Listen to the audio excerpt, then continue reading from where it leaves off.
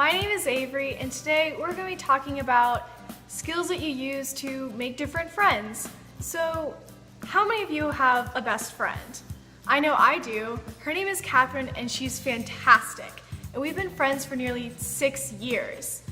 But when we first met, it wasn't entirely a great situation. In 6th grade, we were both in the same science class, and it was the first week of school, and I didn't know anyone.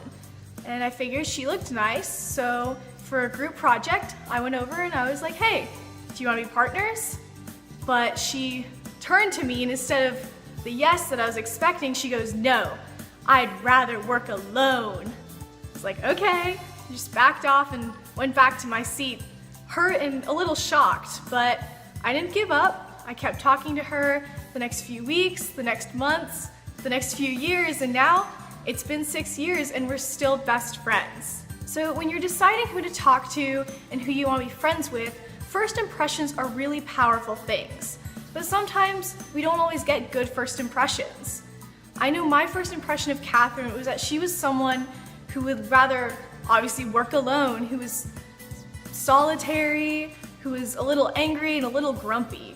And if I had never looked past that first impression of her, I would not have my awesome best friend that I have today.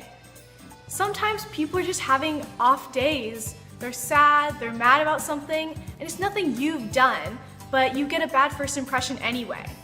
So instead of giving up and deciding you don't want to talk to them ever again, keep trying to talk to them, keep trying to become friends with them, because first impressions can be really misleading.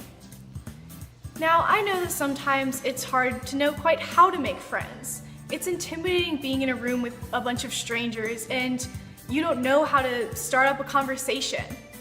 One of the best ways to start up a new conversation with a friend are questions.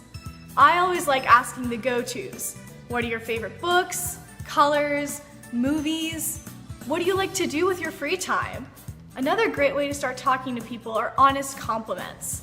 Going up to someone and telling them, hey, I like your shirt, or the story you shared at recess was really interesting. Honest compliments can really help people open up and be willing to start up a conversation.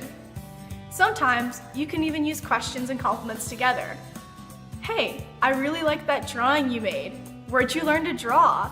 Or something like, you did really awesome today playing kickball. Could you show me sometime?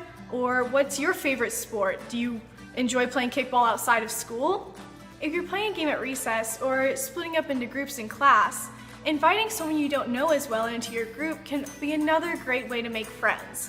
Or if you see someone sitting alone at lunch, going over and starting up a conversation is another amazing way to possibly meet your new best friend.